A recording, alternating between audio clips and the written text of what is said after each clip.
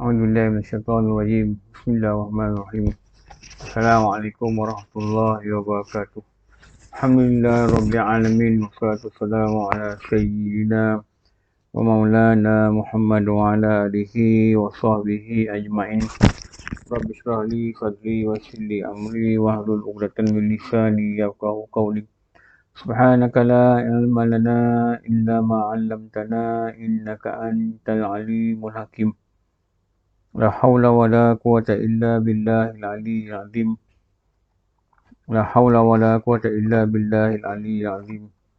La haula wa la quwata illa billahil aliyyil azim. Alhamdulillah, mari kita terus membawa hati kita, melatih diri kita mengikuti watak-watak orang-orang soleh, yang mana mereka ni bila mereka terdorong pada satu kebaikan dan lebih lagi mereka dapat melaksanakan suatu ketaatan, maka apa yang tidak lekang pada hati mereka adalah perasaan syukur, kerana mereka sangat-sangat tahu la haula wa la quwata illa billahil aliyyil azim. Dalam secebis ketaatan itu mengandungi segunung kelulusan daripada Tuhan yang membenarkan kita dengan ihsan dia, dengan rahmat dia, untuk berada dalam majlis yang taat, majlis yang baik.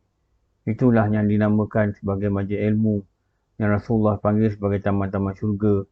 Moga-moga dengan seringnya kita duduk dalam taman syurga di dunia ni, Allah Ta'ala dengan rahmatnya memberi kita duduk pada syurganya hakiki.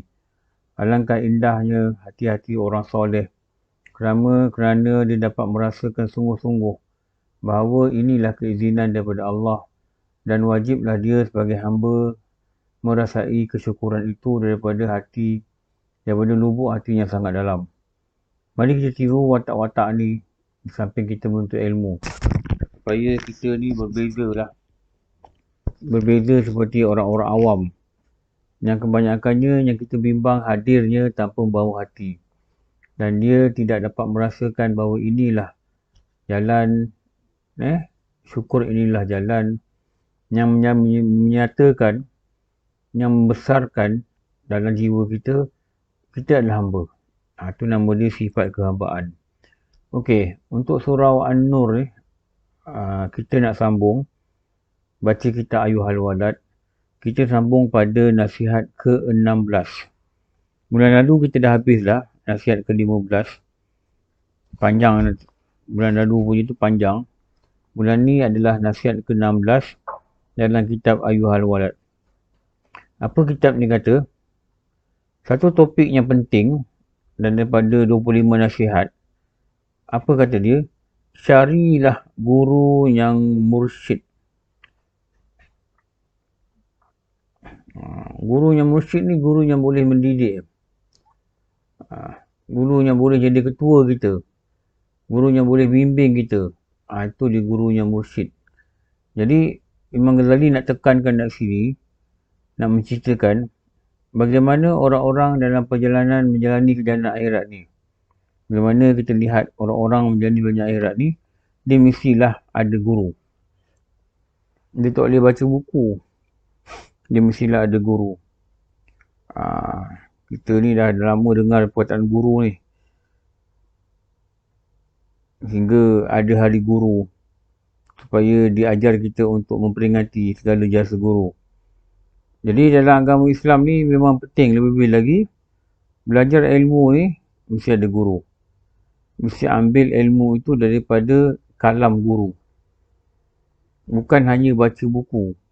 Baca buku ni mungkin boleh untuk tambah pengetahuan.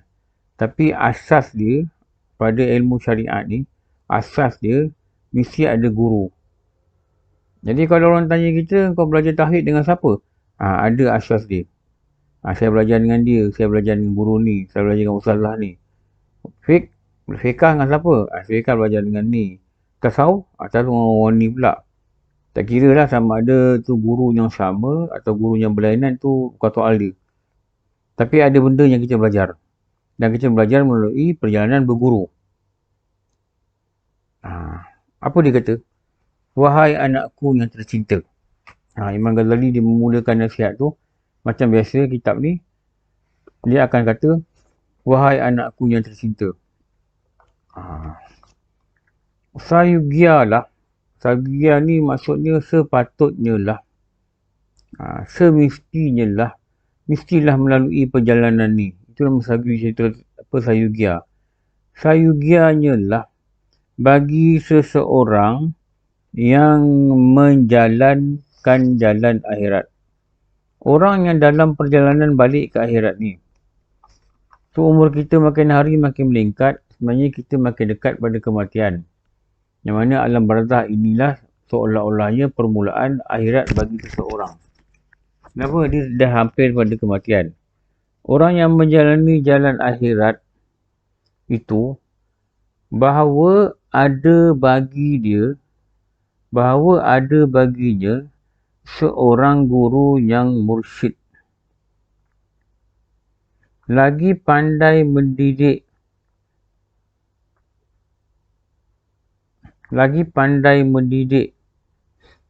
Mungkin ada guru tapi tak pandai didik. Jadi dia bukan mursyid. Jadi guru ni mestilah pandai mendidik. Dan murid mesti bersedia untuk dididik. Baru nama dia berguru. Kalau guru didik, murid tak ikut, maknanya kita ni bukan guru. Dia mesti ikut kata guru dia. Baru dia katakan, itulah guru mursyid kita. Kalau guru cakap kita lawan, kita engkar, itu bukan guru kita. Sebab guru ni dia kata, mestilah dia mendidik. Dan kita yang terima didikannya, mesti bersedia untuk dididik. Guru cakap kita tak buat. Itu bukan guru. Itu bukan murid. Ini kadang-kadang belajar di surau masjid. Kadang-kadang jadi masalah macam ni lah. Guru kata beli kitab. Dia tak beli kitab pun. Maknanya apa? Dia tak dengar cakap guru dia. Bukanlah guru kau tak dengar cakap. Bukan guru kita. Itu macam kawan kita je. Guru kata catit. Dia tak catit. Dia engkar. Jadi perjalanan guru dengan mursyid ni tak wujud lah gitu. Kita cuma tahulah dia ni, ustaz ni ngajar sini. Dan kita tak boleh claim whatever dengan kata, ini guru saya. Tak boleh claim. Kenapa tak boleh claim? Kita tak dengar cakap dia. Tak dengar cakap dia. Dia kata jangan duduk belakang, ambil duduk depan. Tak dengar cakap dia. Maknanya bukan guru. Bukan guru. Murid dengan guru ni lain. Guru tu pandai mendidik. Apa tujuan kita berguru ni? Supaya guru itu, gurunya mursyid itu, dapat menghilangkan daripada anak murid dia, akan perangai-perangai yang jahat itu. Tujuan guru ni, dia nak bagi kita jadi baik. Sebab tu kita kena ikut perjalanan yang diajar. Perjalanan yang diberitahu. Kalau dia kata hari-hari baca zikir, istighfar 100 kali. Kita kena buat. Sebab apa? Ini arahan guru kita. Atas kaedah supaya menghilangkan perangai yang jahat dari diri kita. Ini kena ada adab. Kalau kita tak boleh attend kelas, patutnya kita kena cakap. Kat sekolah, kalau tak datang sekolah kan mak bapak kita buat surat. Betul. Kita lama tak datang sekolah, cikgu datang hari keempat baru datang. Cikgu akan tanya kita. Kenapa cikgu tanya? Dia bertanggungjawab atas diri kita. Dia tanya kita pergi mana? 3 hari tak datang, surat tak ada, apa tak ada, pergi mana ni? Dia tanya. Dia berhak nak tanya. Sebab pada dia, kita ni adalah anak murid dia. Tapi bila kita tak datang, kita tak cakap, maknanya kita tak ada hubungan dengan guru kita. Maknanya orang tu bukan guru kita. Jadi apa? Jadi lain-lain lah, bukan guru lah. Bukan guru lah. Sama je dengan kelas-kelas online. Kalau kita tak boleh hadir, sepatutnya, kalau kita rasa orang itu guru kita, kita kena maklum. Maklum dekat dia. Kenapa? Kita ni murid dia. Baru kita kata dia guru kita. Kalau kita tak maklum, maknanya kelas ni suka hati kita. Nak datang, tak datang. Maknanya dia bukanlah guru kita. Jadi kita terlepas lah panduan, carilah guru mursyid. Supaya ilmu kita berkat. Tak berdatang kena beritahu. Sepatutnya lah. Sepatutnya. Tapi perjalanan ni yang ramai di akhir zaman ni tak berapa ambil kisah. Terutama kelas kat masjid. Hanyalah sekadar memenuhi masa antara maghrib isyak. Ni yang tak bagus ni. Sebab tu duduk masjid 20 tahun pun rukun sembahyang pun tak selesai. Padahal dah belajar banyak kali kadang-kadang. Dan kadang-kadang yang selalunya bukan belajar banyak kali. Memang tak belajar. Ni lagi berat. Dia kata supaya guru itu dapat menghilangkan daripada anak murid tu akan perangai-perangai yang jahat. Dia buang macam mana? Hilang macam mana? Dengan tarbiyahnya. Dengan tarbiyah ni maknanya dengan nasihat-nasihat yang diberi, dengan ceramah-ceramah yang diberi, dengan kuliah-kuliah yang disampaikan.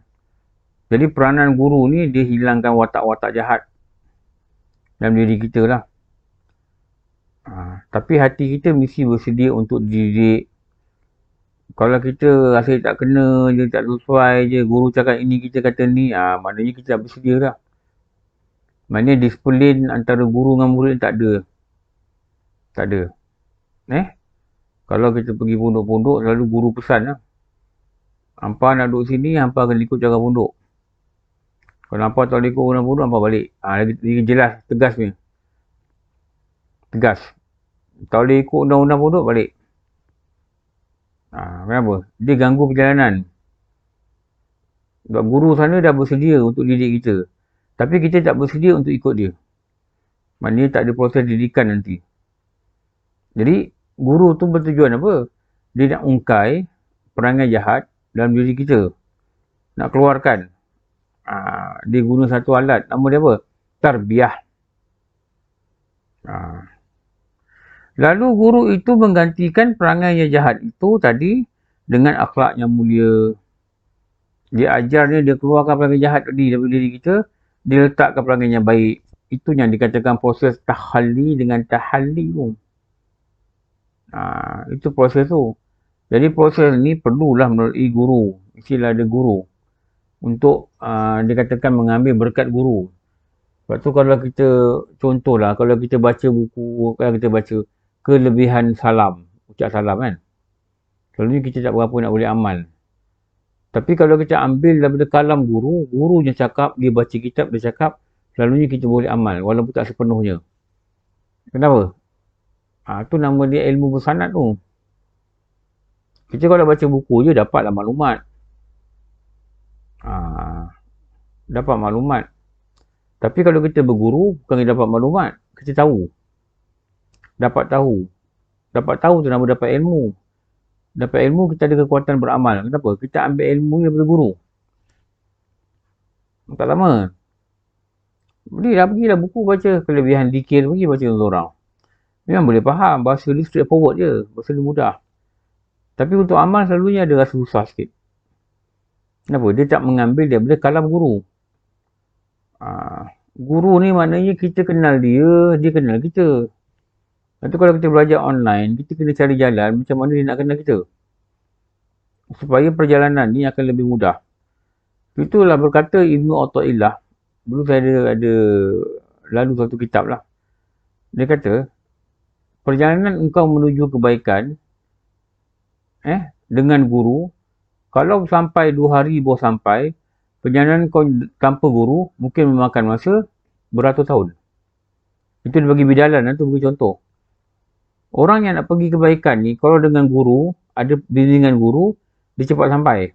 Berbanding dengan orang nak pergi kebaikan, dia tak ada bimbingan guru. Dia lambat sampai. Lambat sampai satu hal. Akhirnya sampai, lambat sampai. Tapi bimbang apa? Tak sampai-sampai. Lagi takut, sesat. Sesat. Belajar sendiri, faham sendiri. Akhirnya salah faham. Lagi takut lah. Lagi takut. Sebab saya cakap ni, saya dah jumpa kan ni. Saya cakap, ni sangat membimbangkan.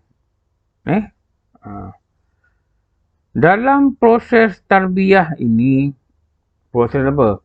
Buangkan sifat jahat daripada hati, masukkan sifat baik dalam pada hati, dan proses ini dinamakan tarbiyah. Kerja seorang guru tidak ubahnya seperti kerja seorang petani. Imam Ghazali kata guru ni kerja dia macam petani. Macam mana kerja petani? Yang sentiasa membuang duri dan mencabut rumput yang tumbuh di celah-celah tanamannya. Maka tanaman itu, dengan itu tanamannya hidup segar. Yang kita dengar cerita orang-orang yang bertanam ni lah kan. Bila ada pokok, ada rumput-rumput tumbuh, nanti pokok ni tak dapat zat yang cukup dari tanah. Kenapa? Pokok-pokok tumbuh ni dah share. Pokok-pokok tumbuh yang keliling ni dah share zat-zat tanah ni pada dia. Yang bakal pokok ni tak dapat zat dengan sempurna. Maka terbantutlah kebesaran dia. Pembesaran dia terbantut. Kenapa? Zat dia tak cukup. Kita taruh baja yang tumbuhnya, daun-daun yang tumbuh ni, lalang apa tumbuh. Jadi dia ganggu tumbuh besaran, tumbuhnya besar ni, proses besar ni terganggu. Kenapa? Rumput ni kacau. Sama juga orang yang nak dekatkan diri dengan Allah. Dia tak buang rasa sombong, dia tak buang rasa dengki, dia tak buang rasa marah dalam hati dia. Semua sifat-sifat tak baik masih bergelumang dalam hati dia. Dan dia tak hias hati dia dengan sifat-sifat yang baik. Buang dan hias dengan sifat memudah. Buang mazmumah, isi dengan memudah. Dia tak buat.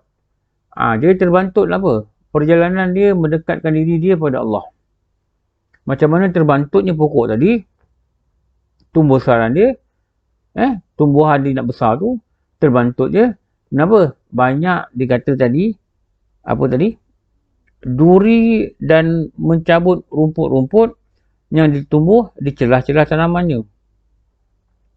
Akibat duri dan rumput-rumput itu tumbuh tak dicabut, maka dengan itu tanamannya akan hidup segar bila dah dicabut.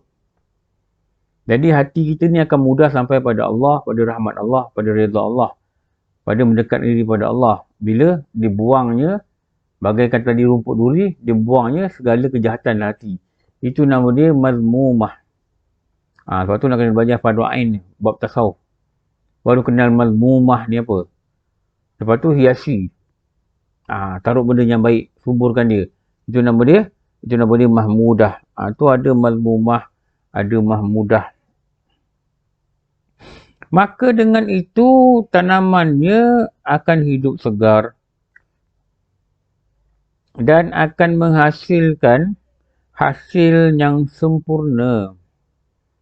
Macam mana pokok ni dibuang-buangnya celah-celah daun, duri, celah-celah pokok ni semua dia buang. Petani ni ada banyak pokok, antara-antara tu dia buang. Lalang semua dia buang supaya pokok ni tumbuh dengan besar. Dan bila pokok ni hidup dengan besar, tumbuh dengan baik, dia kata segar. Bila segar dia kata hasil ni baik, buah dia elok. Begitulah juga diri kita ni. Kita kena buang segala benda-benda jahat. Kita kena masuk segala benda-benda baik. Kenapa? Hasil dia nak dekat diri pada Allah itu mudah. Dan dapat hasil dia, nampak hasil dia. Antaranya jelas nampak, bagus akhlaknya.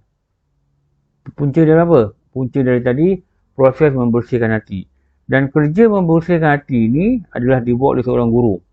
Dan guru inilah bagaikan dikatakan seorang petani yang memelihara tanaman dia. Guru ni, dia menjaga murid dia. Itu nama guru. Jadi guru mesti tahu ni murid dia. Murid dia mesti tahu tu guru dia. Baru nama ada murid dengan guru. Kadang murid tak kenal guru pun. Ni tak berkat. Bukan tak dapat ilmu, dapat. Tapi susah nak beramal. Maka sayugialah bagi murid yang berjalan ke negeri akhirat ini, murid yang meletakkan akhirat ini sebagai matlamat hidup dia, ada seorang guru yang mentakdibkannya, yang mengajarkan adab pada dia. Macam mana cara ni adab macam mana, kaedah semayang macam mana, adab semayang macam mana.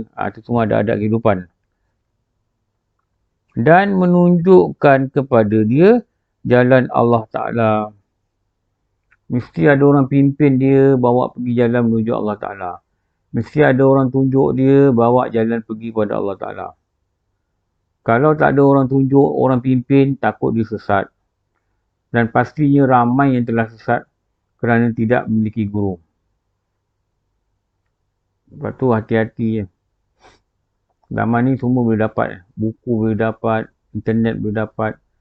Tapi pelayanan ni tidak melalui pelayanan berguru. Ni agak bahaya sikit lah. Kerana Allah Ta'ala, Imam Ghazali kata, telah mengutuskan Rasulnya. Sebab tu proses pelajaran ni melalui guru. Contohnya bila ada satu umat, satu kaum, diutuskan Rasul. Rasul ni lah jadi guru. Mengutuskan segala Rasulnya, pesuruhnya. Untuk menjadi pembimbing bagi sekalian hambanya. Rasulnya maknanya Rasul Allah. Pembimbing sekalian hambanya, nya tu rujuk pada Allah. Nya tu rujuk pada Allah. Dan apabila para Rasul ini telah meninggal dunia, dah wafat, Imam Ghazali kata dalam kitab ni, sudah pasti Allah Ta'ala akan jadikan mereka ini, bagi mereka ini, khulafa. Khulafa ni pengganti. Tu maksud dia, atau pengganti. Yang meneruskan tugas mereka itu, untuk memberi bimbingan manusia itu ke jalan Allah. Lepas Rasul ni dah tak ada, adalah pengganti-pengganti dia. Jadi pengganti-pengganti lah membimbing umat. Sekarang ni pengganti-pengganti dah tak ada. Akhirnya sampailah pada peringkat pewaris dia. Pewaris dia siapa? Itulah para ulama'. Jadi para ulama' ni peranan dia guru. Macam mana Rasulullah ni peranan dia guru pada kaum dia, pada umat. Pada umat. Dia peranan dia guru. Bila dia tak ada pengganti dia pula. Bila dia tak ada, pengganti tak ada pewaris dia. Itu nama dia. Itu nama para ulama'. Jadi susu gaduh dia gitulah. Kita sekarang ni tak boleh jumpa Nabi. Rasulullah dah wafat. Kita boleh ziarah makam dia lah. Kita tak boleh jumpa pengganti dia. Khulafa Rasyidin pun dah wafat. Jadi Nabi ni dia ada turun dengan pewaris dia. Siapa waris dia? Itulah para ulama'. Kita tak boleh dekat diri kita dengan Nabi. Rasulullah dah wafat. Dengan para sahabat pun tak boleh. Tabi'in pun tak boleh. Sebab kita dah lepas lah masa tu. Tapi kita ada para ulama'. Para ulama' ini perwaris pada Nabi.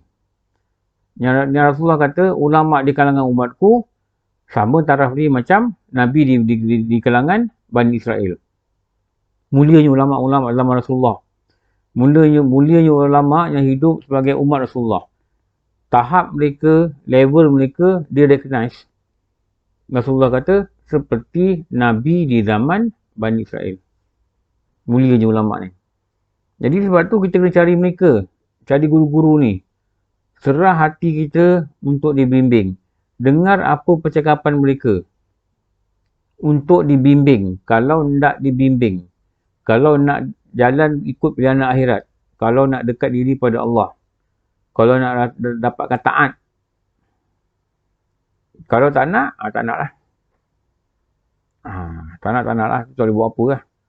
Itu semua ni Allah beri kita pilihan lah. Kita nak mana. Jadi nak pilih ni, nak buat pilihan ni kena faham lah. Kaedah ni macam mana? Kaedah ni lah yang dikatakan carilah guru yang mursyid. Carilah guru-guru yang mursyid. Carilah guru yang kita rasa dia boleh bimbing kita lah. Dia ada watak yang boleh bimbing kita. Dia ada amal, dia ada sikap yang boleh kita ikut. Memang nak cari yang sempurna, memang tak ada sempurna lah. Tapi korang-korang carilah yang boleh bimbing kita. Dia ajar, kita boleh faham. Dan kita rasa seronok pula nak ikut. Kita berubah diri kita dengan mengamalkan apa yang dia dibimbing. Itu kita dah bagus tu. Jadi kita ada guru yang boleh kita refer. Jangan kata belajar dengan siapa. Tak adalah baca-baca buku. Ini tak bagus. Ini tak boleh. Dan sifat-sifat. Dia ada sifat guru mursyid ni. Lepas tu kalau kita tengok beberapa kalam-kalam ulama'. Itu yang dikatakan berguru ni maksud dia apa? Bersanad lah. Guru ni dia ajar, dia belajar daripada guru atas dia. Guru atas dia belajar dari guru atas dia. Akhirnya sampailah pada Rasulullah. Ha.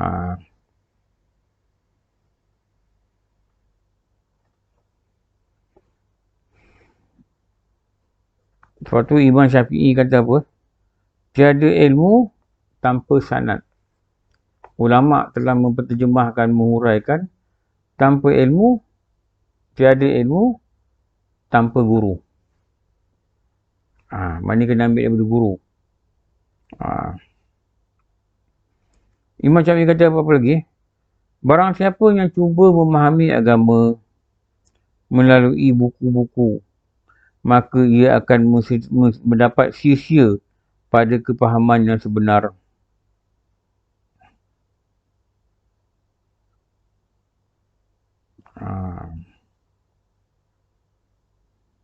Lepas tu pentingnya kita ni ada guru lah. Pentingnya kita ni ada guru. Sebab akal agama ni dia boleh, bukan boleh dipaham dengan akal fikiran dia. Dia mesti ada panduan.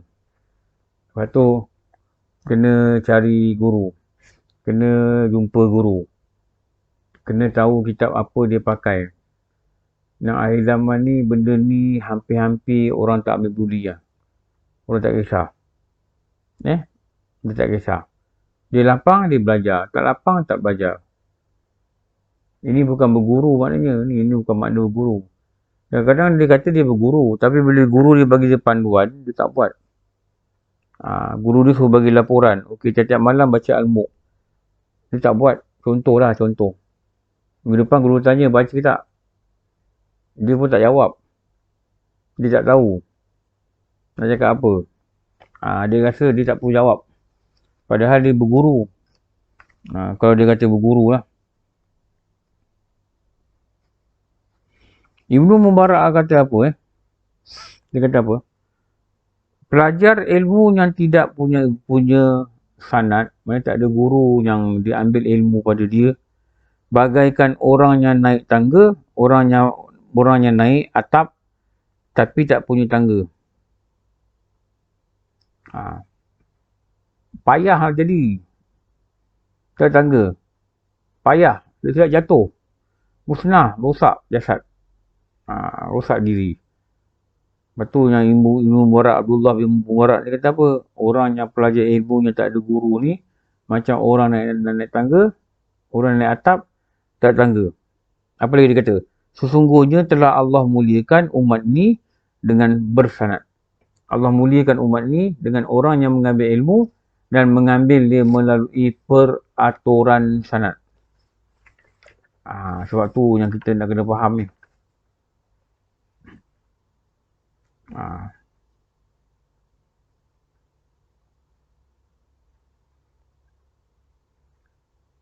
Abu Zaid Al-Bistami, tu orang ahli tasawuf, dia kata apa?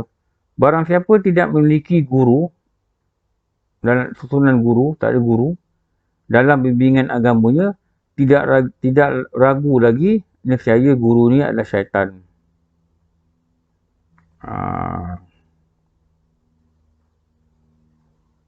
Sebab tu nak kena ada guru lah.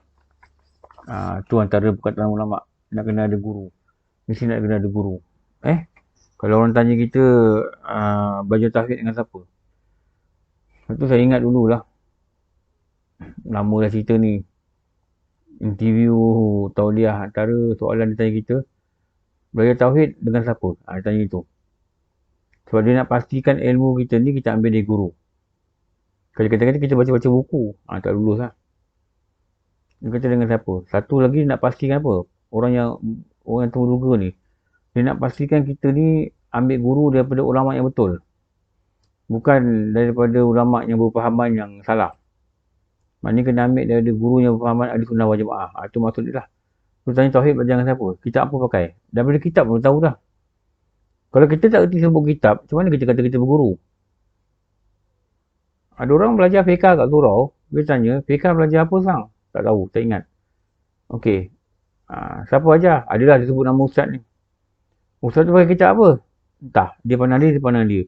Dia kitab apa pun tak tahu. Macam mana berguru kitab pun tak tahu? Itu bukan guru. Itu kan guru kita. Jangan kita mengaku itu guru kita. Kitab apa dia pakai pun kita reti. Belum tanya isi kandungan lagi. Itu bukan guru. Itu bukan guru. Pasti yang ilmu ni tak ada juga. Dan sifat-sifat seorang guru mursyid yang layak menggantikan Rasulullah itu.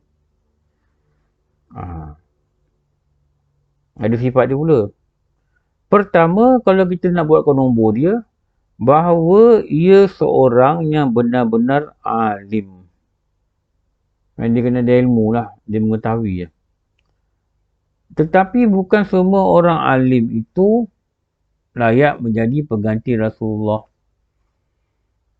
Maknanya bukan semua alim itu guru mursyid. Tapi guru mursyid itu mesti alim. Tapi orang alim bukan mesti dia jadi layak guru mursyid. Dan sekarang kitab ni kata, akan aku sebutkan sifat-sifat gurunya mursyid secara ringkas. Bertujuan apa? Supaya jangan mudah seorang itu mengaku dirinya seorang gurunya mursyid. Lepas tu Imam Ghazali kata dalam kalam dia yang lain, dia kata kau nak baiki diri, kau kena tempuh 4 perkara ni. Nombor 1 dia sebut apa? Hendaklah engkau berguru dengan guru mursyid. Nombor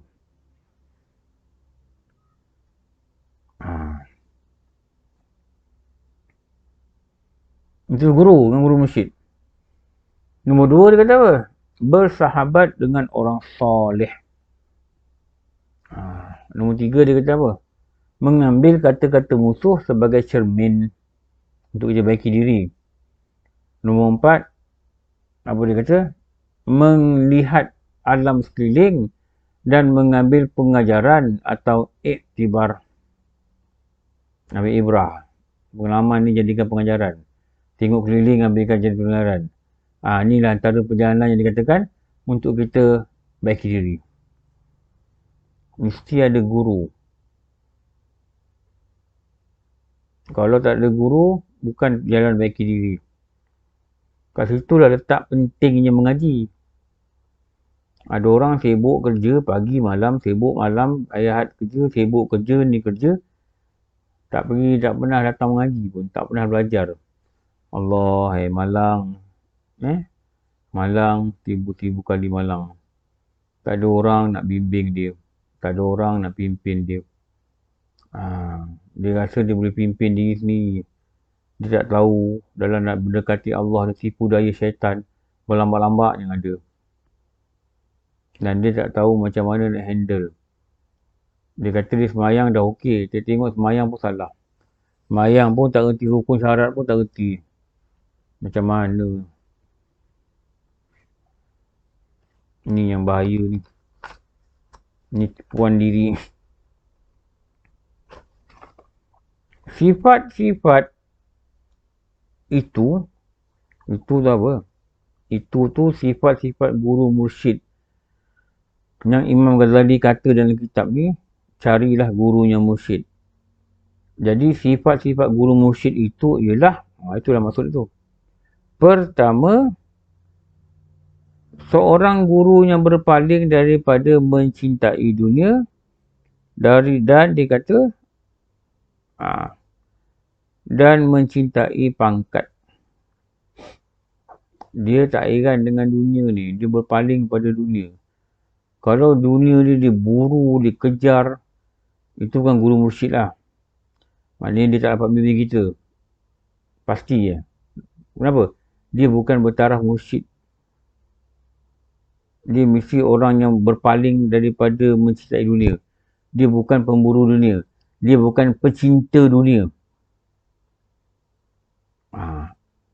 Dia bukan pecinta dunia. Lagi satu, dia bukan pencinta pangkat. Dia bukan seronok orang bagi dia pangkat-pangkat, tak seronok. Kalau dia mencintai pangkat, dia seronok dengan dunia, tidaklah dinamakan bagi dia guru mursyid. Dia cuma mungkin jadi guru biasa lah. Bukan guru mursyid. Kenapa? Dia masih lagi cinta pangkat dan kemegahan. Dia masih lagi cinta dengan benda yang dikatakan dunia. Dia seronok. Dia suka. Jadi, bila keadaan macam ni, terbatallah dia dikatakan sebagai guru yang boleh membimbing murid dia. Dulu guru kami kata kalau kita belajar dengan dia bertahun-tahun kita tak berubah. Payahlah nak berubah. Kenapa? Dia tak ada tahap mursyid. Tu syarat dia yang pertama tu. Mesti bukan guru yang mencintai dunia. Mesti bukan guru yang mencintai pangkat. Pangkat. Kalau dia ada pangkat, kita tak sebut, dia marah. Tu dia cinta pangkat dia. Tak sebut pun tak apa. Mungkin lagi bagus kadang-kadang. Untuk mengelakkan hati. Menjaga hati daripada lahir pada benda-benda tak baik. Apa syarat yang kedua? Dia ada dekat sini, kalau kitab ni kata, dia ada 4 syarat. Sebagai panduan kita lah. Satu, panduan guru. Jangan diklaim diri kita guru mursyid kalau kita tak cukup syarat. Satu, panduan anak murid. Nak cari guru ni macam mana? Tu panduan dia. Kedua, beliau ni guru dia lah. Telah berguru dengan gurunya yang mursyid. Dia ada guru dia dan guru dia telah bidik dan bimbing dia.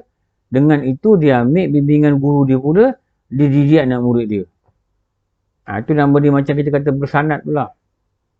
Itu macam kita kata bersanad. Maksudnya kalau kita tanya guru tu, belajar dengan siapa? Saya belajar dengan ni. Tauhid belajar dengan apa? Tauhid belajar dengan ni. Dia ada guru. Jadi guru tu berguru dengan guru dia. Dan kita berguru dengan dia. Maksudnya ada perjalanan. Katanya ni tauhid belajar dengan siapa? Tak adalah baca-baca buku sendiri. Tu tak boleh. Tak boleh. Dia tak dapat memberi kalam. Dia dapat berkata sesuatu yang diambil daripada guru dia. Yang diambil daripada guru dia. Sebab tu kita kena dengar apa dia cakap. Kita kena, kalau boleh tanya pun lagi bagus. Dia belajar dengan siapa? Kalau masa ngajar dia kata dulu guru saya, dia sebut nama guru dia. Kita boleh pada rasa yakin kita, dia telah berguru. Jadi bolehlah kita ambil pada dia ilmu. Boleh. Kenapa? Dia ada ciri-ciri, walaupun tak sempurna. Dia ada ciri-ciri guru yang boleh membimbing anak murid. Itu nama dia guru yang mursyid. Guru yang mursyid. Lepas tu guru ni dia ada guru lah. Beliau telah berguru dengan gurunya yang mursyid, yang banyak mengetahui tentang halnya. Halnya diri dia lah, dia pelajar tu. Dan guru dia yang mursyid itu juga telah berguru dengan seorang guru yang mursyid sebelumnya. Begitulah seterusnya wujud salasiah, susu galur, wujud carta-carta ni. Hingga sampai kepada penghulu sekalian Rasul. Itulah Nabi Muhammad SAW.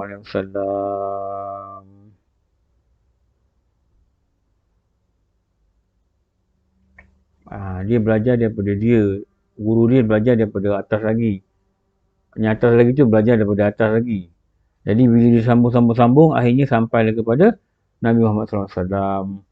Barulah dikata guru itu, dikatakan guru mursyid. Kenapa?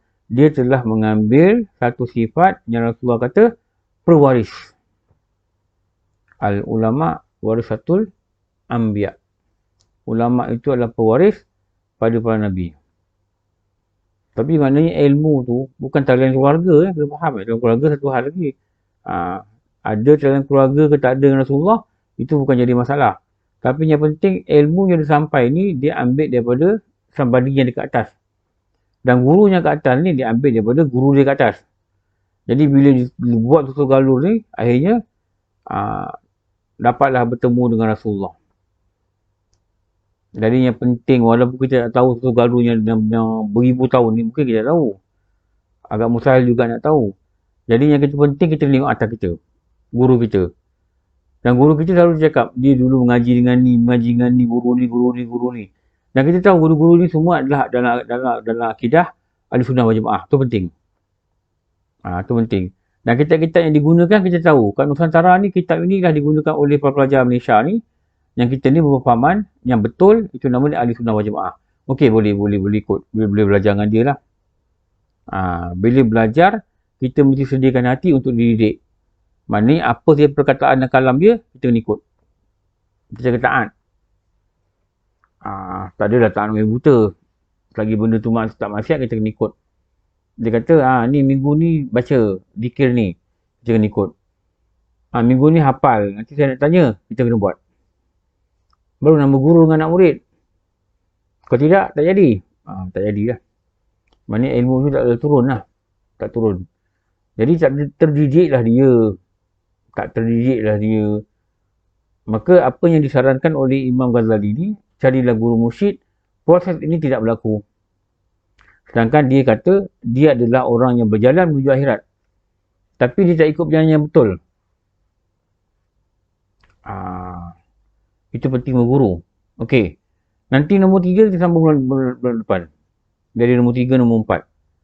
Dalam nasihatnya ke-16.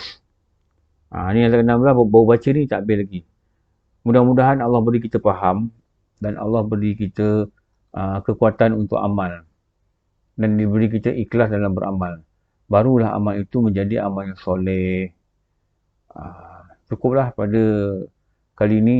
Moga-moga rakaman ni dapat membimbing lah sedikit sebanyak perjalanan kita menuju ke akhirat. Subhanakallah wa bihamdika asyhadu an la ilaha illa anta astaghfiruka wa atubu ilaik. Bismillahirrahmanirrahim. Wal 'asri insana lafi khusr illa allazina amanu wa amilus solihat tawassaw bil haqq wa tawassaw bis sabr. Ampun maaf, pastinya banyak kekurangan dalam penyampaian, terutama penyampaian di alam maya ni tak sama. Mungkin ada kekurangan. Saya mohon maaf. Wallahu alam. Jumpa lagi insya-Allah bulan depan. Assalamualaikum warahmatullahi wabarakatuh.